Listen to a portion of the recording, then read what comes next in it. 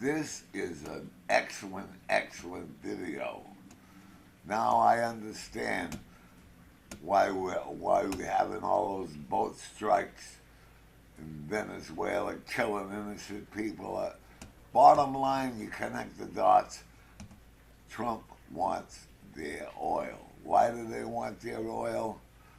Because it's desirable. This guy does a real good job of explaining how their oil is very desirable.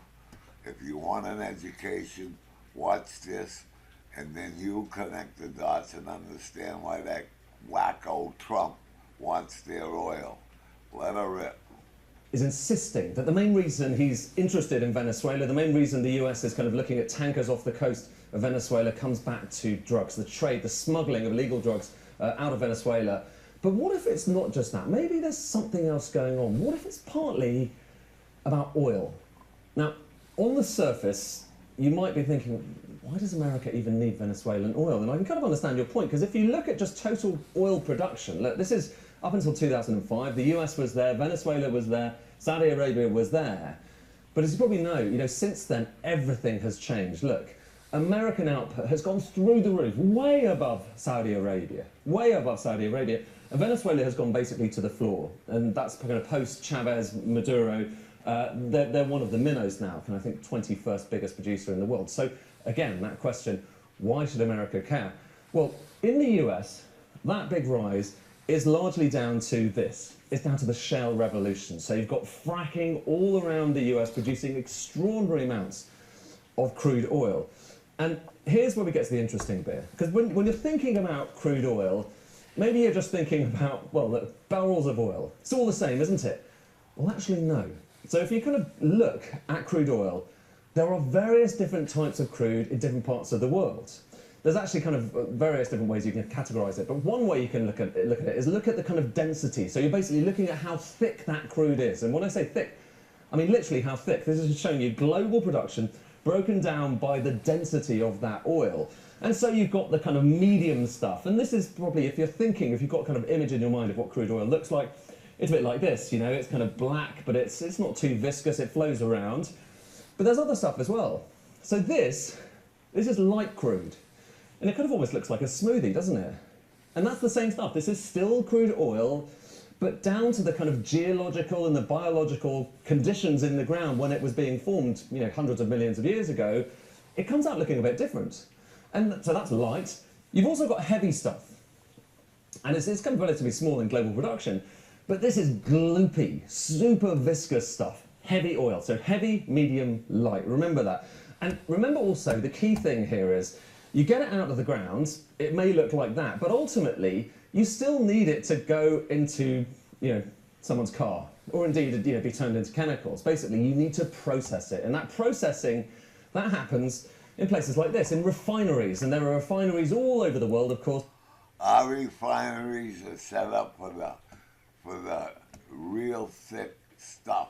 That's what makes this video, this is how you connect the dots.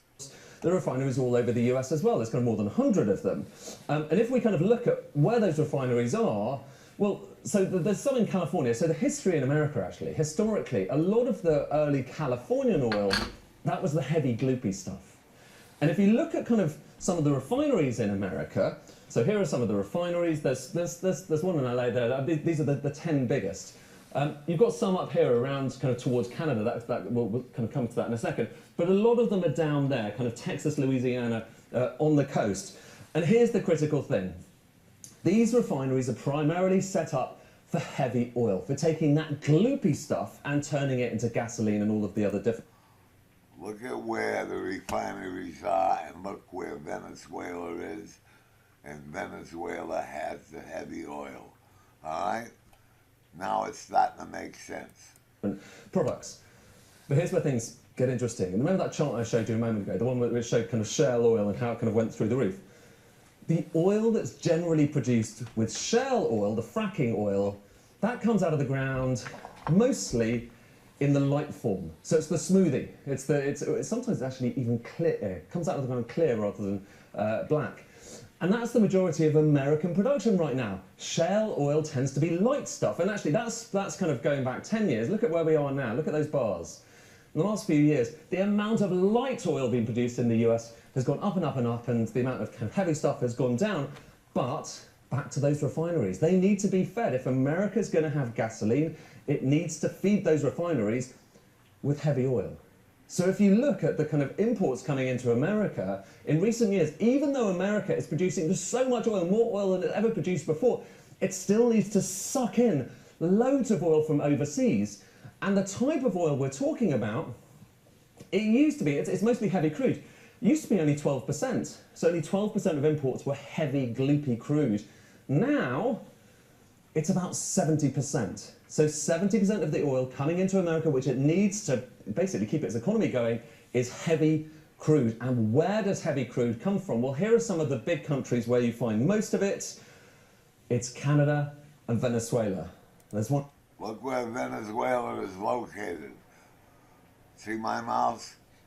Shot, a direct shot from there to our refineries. If you get, getting crude from other places becomes a transportation problem. All right, sorry about that. Let's keep going. One other I'll come to in a second, which we'll come back to. But it's Canada and it's Venezuela where you get most of this heavy crude oil, which is why, back to think about where those refineries are, they're mostly set up kind of, you've got some in the north there to get the heavy oil coming out of Canada, and you've got some around the kind of Louisiana and elsewhere. See it? See the arrow?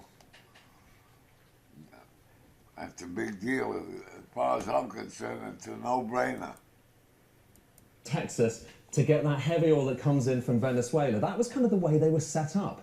And it's really expensive to rebuild these things. You can't just chuck out a refinery very easily overnight. Some came from Mexico and the Gulf of Mexico as well, and that was pretty heavy too. So that's the picture in America. And the upshot is, even though America's producing more and more oil, the imports, this is showing you imports of oil into America, are still really high. And if you break down those imports by the country that stuff is coming from, well, there's Venezuela, and it used to be a decent slug, actually more coming from Venezuela just about than from Canada, just at the turn of the millennium. But now look at what's happened since. Right now, Canada has gone from 15% of all of the US imports of oil to 61%. 61%, and Venezuela's basically next to nothing. But here's what's tantalizing, and here's the reason I think that a lot of people are looking towards Venezuela and thinking, well, there's more to this than just drugs.